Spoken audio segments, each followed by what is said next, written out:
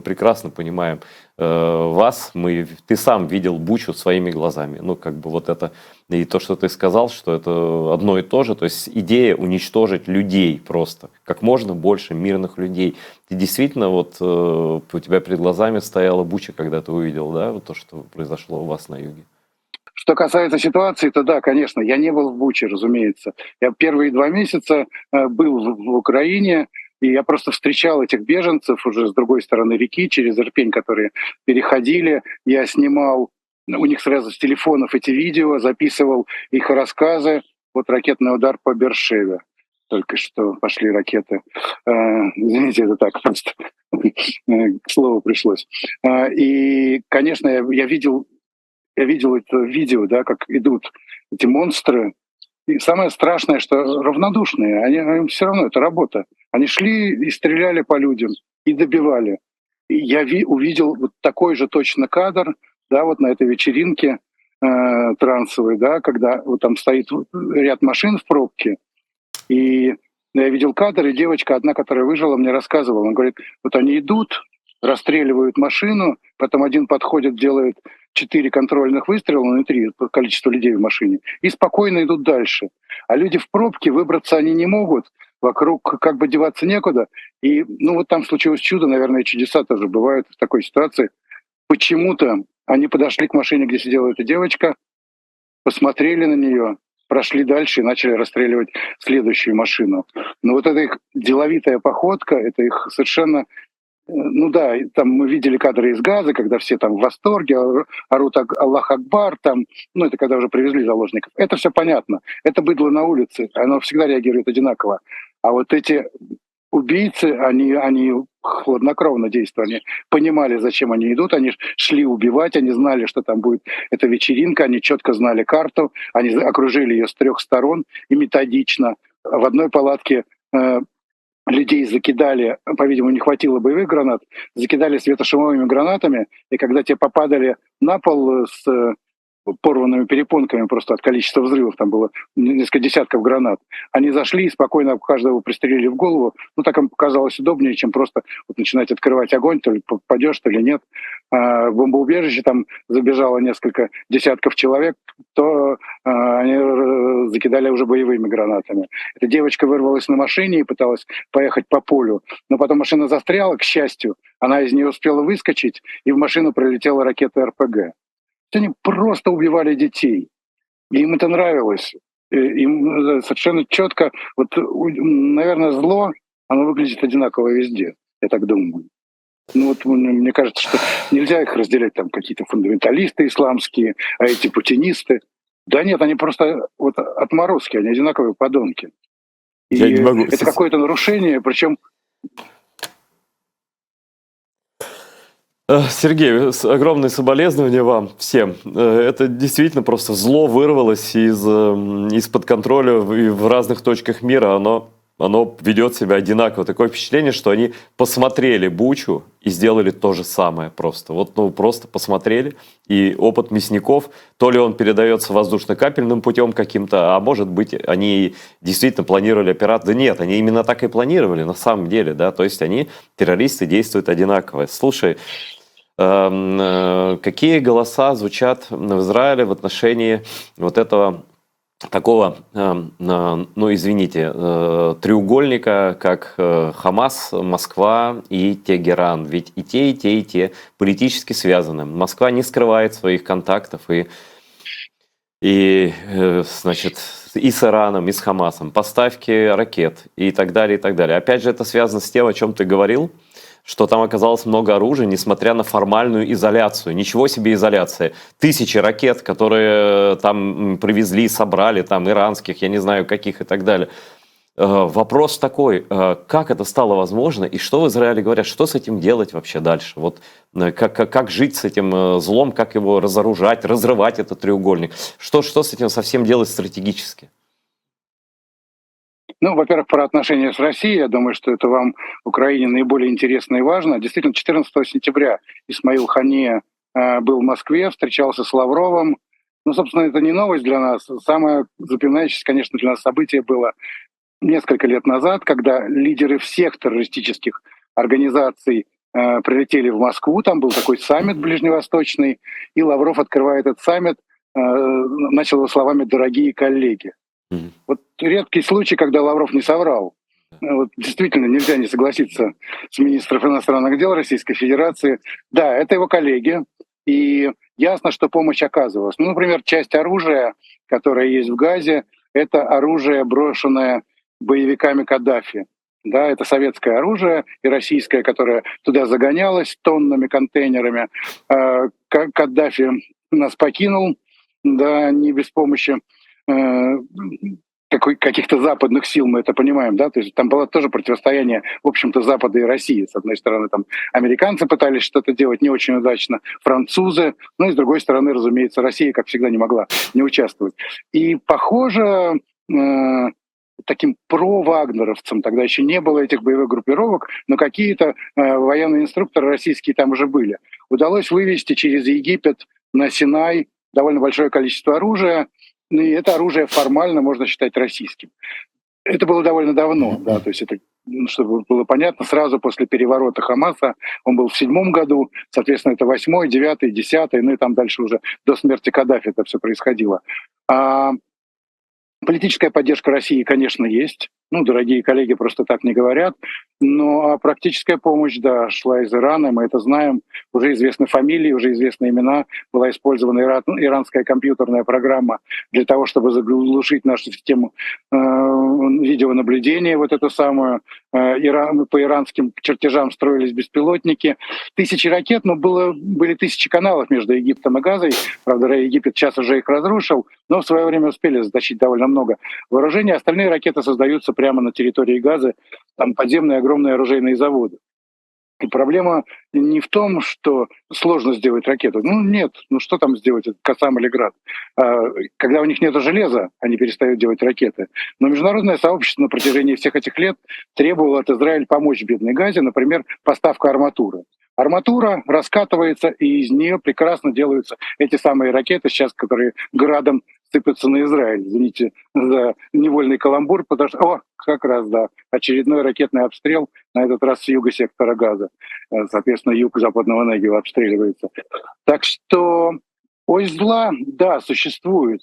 Были ли какие-то прямые договоренности между Россией и Ираном по этому поводу, не знаю. Мне не кажется, что необходимо было... Ну, все говорят про день рождения Путина.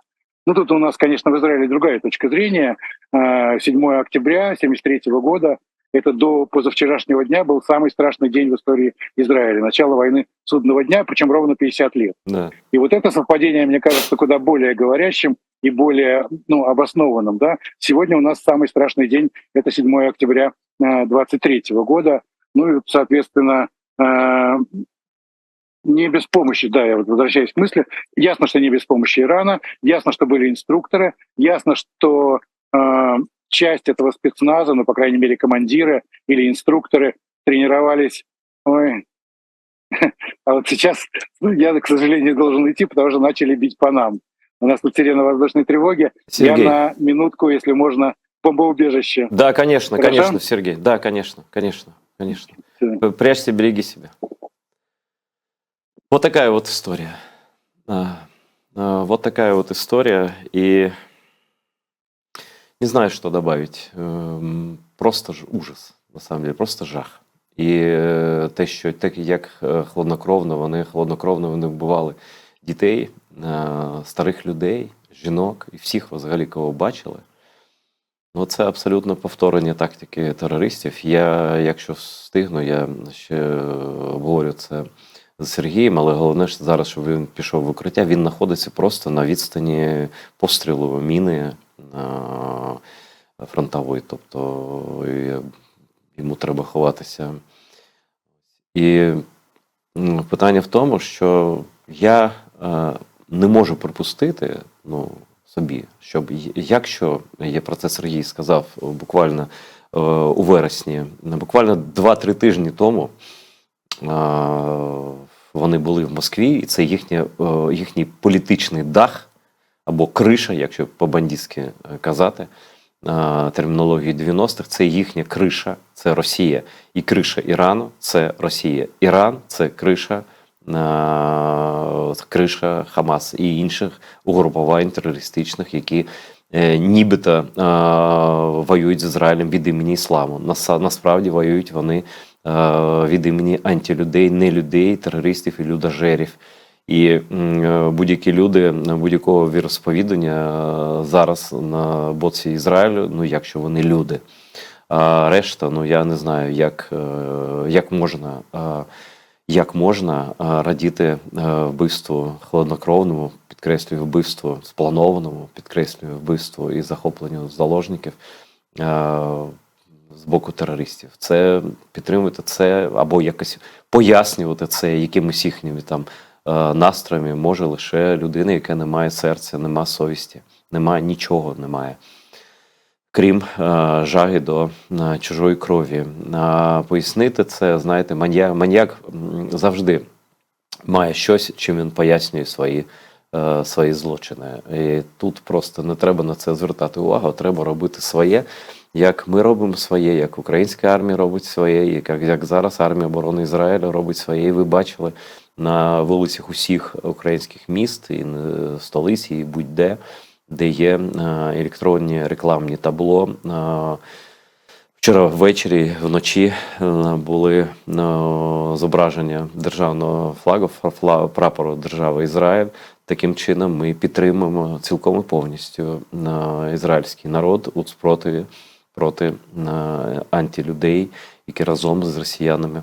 І я певен, що з дозволу, і я певен, що ну, якщо хтось не може досі прийняти таку версію, яка, мені здається, очевидно, що цим усім керує Росія, як керував завжди і Радянський Союз, і впливав, і керував.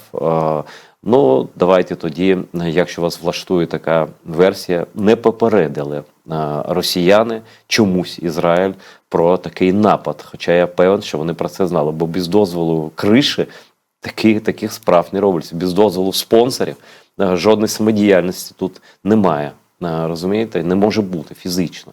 Ну, а що в даному випадку це означає? В даному випадку означає, що це напад всесвітнього зла, напад у найбрутальніший спосіб, який ми бачили. І який просто дійсно, я коли про це думаю, я коли тільки уявляю цей процес знищення мирних людей, який зараз був в Ізраїлі, а півтора роки тому був у Бучі і в інших містах наших і селах, в Ізюмі, в інших, ну це одне і те саме. І це теж не може бути випадковістю. І я думаю, що Сергій нагадав про початок війни судного дня 7 жовтня 73-го року. Але я думаю, що і день народження Путіна – це теж тут не співпадіння. А як би там і не було, хай там як то кажуть, це не має різниці, бо результат ми бачимо на власні очі, і щодня злочини терористів, вони на всіх екранах, в усіх країнах, усі все бачать. І знущання над людьми, над дітьми – це їхній фірмовий стиль. І людство просто стоїть на межі. Людство має перейти Рубікон. Рубікон – це і об'єднатися всім, хто поважає людське життя, хто поважає закони, хто поважає, ну просто, я не знаю що, поважає совість, я не знаю, гідність, поважає жагу всіх людей до життя, не до смерті. А якщо хтось прагне смерті, то нехай і йому цієї смерті буде вдосталь. І я ще раз можу лише підтримати, я думаю, що вже не встигне Сергій долучитися, повернутися в наш етер, бо у нас залишається 2 буквально хвилини. Але все головне Сергій Гранкін сказав, і це велика честь для нього, що він вибачився за свою, що він обмовився, сказав на Україні. Я теж, коли це побачив ролик, ми його демонстрували на початку програми, я зрозумів, що це просто людина автоматично сказала. І хто Сергія Гранкіна критикує за це, нехай це буде на їхній совісті, бо вся біографія Сергія доводить, хто він, Він людина, яка приїхала в Україну з перших днів, і ми йому вдячні за правду, за об'єктивність і за те, що він зараз каже, висвітлюючи події. Що тут додати? Світ має об'єднатися перед обличчям абсолютного терористичного зла. Я дякую вам усім за підтримку. Дивіться АТR далі, допомагайте Збройним силам України, вступайте до лав 48-го окремого штурмового батальйону імені Намана Челебіджіхана. На все добре, бережіть себе.